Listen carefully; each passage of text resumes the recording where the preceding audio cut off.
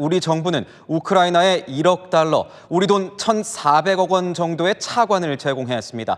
이 차관을 집행한 날은 우크라이나 특사단이 한국에 도착했던 날이었습니다. 이솔 기자입니다. 한국수출입은행이 우크라이나에 1,400억 원 규모의 차관을 지원했다고 밝혔습니다. 우크라이나에 대한 우리 정부의 첫 재정 지원입니다.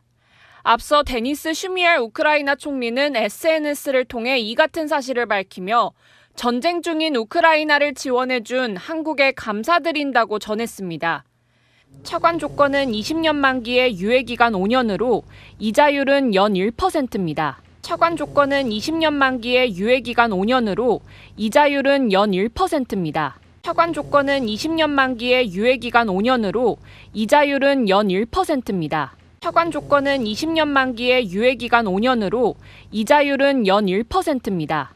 차관이란 돈을 빌려준다는 뜻입니다.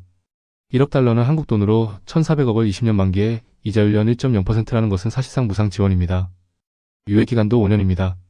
유예기간은 채무를 일정 기간 미루거나 연기할 수도 있습니다. 채권자는 돈을 빌려준 사람이고 채무자는 돈을 빌려간 사람입니다.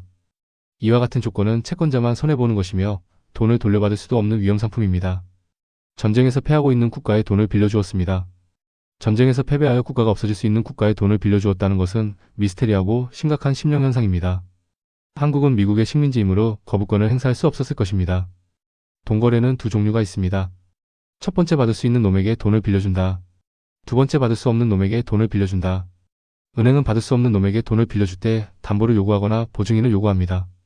20년 만기에 이자율 연 1.0%로 돈을 빌려주었다는 것은 파격적인 조건입니다. 정부는 인플레이션을 매년 2%에서 3%로 안정시키겠다고 합니다. 당신의 최저임금이 매년 2%에서 3% 아래로 인상되지 않았다면 실질 임금은 하락한 것이 됩니다.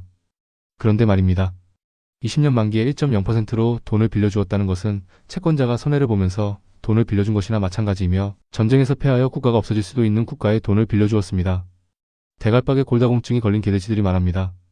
러시아와 우크라이나 전쟁이 끝난 후 폐허가 된 우크라이나 재건 사업에 한국의 건설회사가 투입될 것이라고 희망하고 있지만 그것은 우크라이나가 전쟁에서 승리했을 때의 시나리오입니다. 또한 남북으로 갈라져 휴전 상태의 우크라이나가 되었을 때 대한민국의 건설회사가 재건 사업에 투입될 수 있습니다. 하지만 러시아는 우크라이나를 분단국가로 휴전하지는 않을 것입니다. 불씨가 되는 요인은 완전히 제거해야 하고 잡초의 뿌리까지 없애지 않으면 전쟁은 또다시 재발할 것이므로 우크라이나는 역사에서 사라질 가능성이 큽니다. 그런 곳에 전쟁 무기와 차관을 지원한다는 것은 미국의 압력에 굴복한 것입니다. 한국 언론의 가짜뉴스에 속아 아직도 우크라이나가 승리하고 있다고 굳게 믿고 있는 개돼지들이 많습니다. 한반도는 남과 북으로 분단되어 있습니다. 러시아, 중국, 일본, 미국은 한반도가 통일되는 것을 원하지 않는 세력입니다. 조선민주주의인민공화국의 군사력, 대한민국의 군사력은 세계적으로 최강을 자랑하고 있습니다. 러시아는 조선민주주의인민공화국의 군사력을 러시아와 우크라이나 전쟁에서 이용하려고 하고 있고 미국과 나토도 한국군의 군사력을 러시아와 우크라이나 전쟁에 이용하려고 하고 있습니다. 조직폭력배의 전쟁에서 조선민주주의인민공화국과 대한민국은 행동대원 역할을 하려고 키워둔 용병이 된 것입니다. 20년 만기에 이자율 연 1.0%로 담보도 없고 보증도 없이 돈을 빌리고 싶다.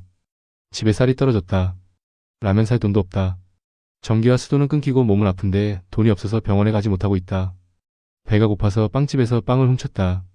징역 20년을 선고받고 복역 중이다. 나도 퇴직금 50억을 받았으면 배가 고파서 빵을 훔치지 않았을 것이다. 나도 검찰 특활비로 빵을 사 먹고 싶다.